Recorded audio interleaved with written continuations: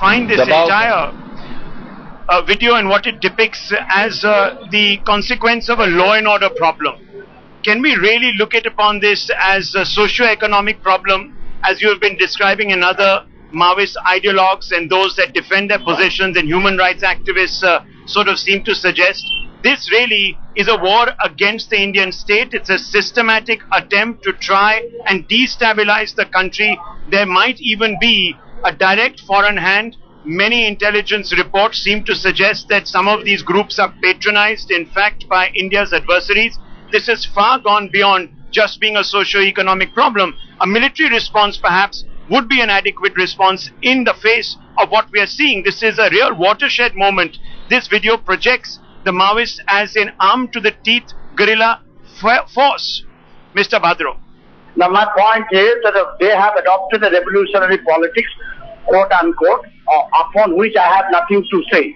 No, that's very convenient. That, Mr. Bhadro, is very convenient for you to say. The consequence means that India is facing. Yes. Now let me finish.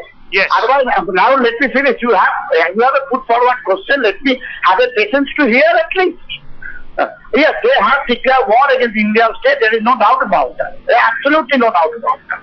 The point is, why they have declared war against the state, and because of the social economic risks.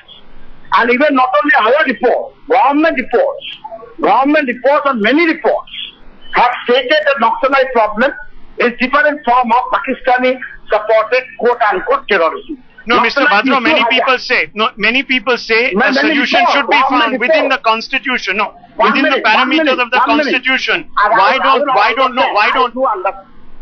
Let me ask you a direct question, Mr. Bhadro. Let me ask you a direct question, because your response raises, in fact, us to ask that question. Why can't the Maoists adopt the same policies as those that were adopted by their Maoist cousins in Nepal, where they became a part of the political mainstream? Even Mamata Banerjee today is saying, look, if you have grievances, if you think you represent the people, why don't you come forth and become willing representatives and enter the political process?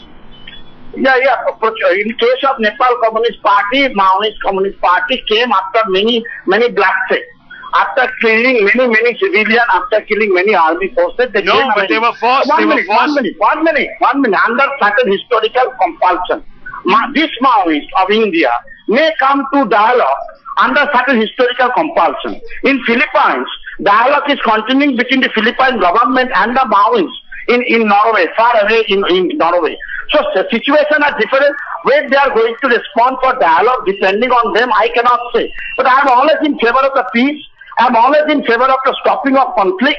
But point is, if you take a repressive measure, they are going to retaliate. There is no doubt about that. For that, you can scam me out like anything. The point India... Okay. Mr. Bhadro, hold your thoughts, because we are also joined by the West Bengal Cooperative Minister.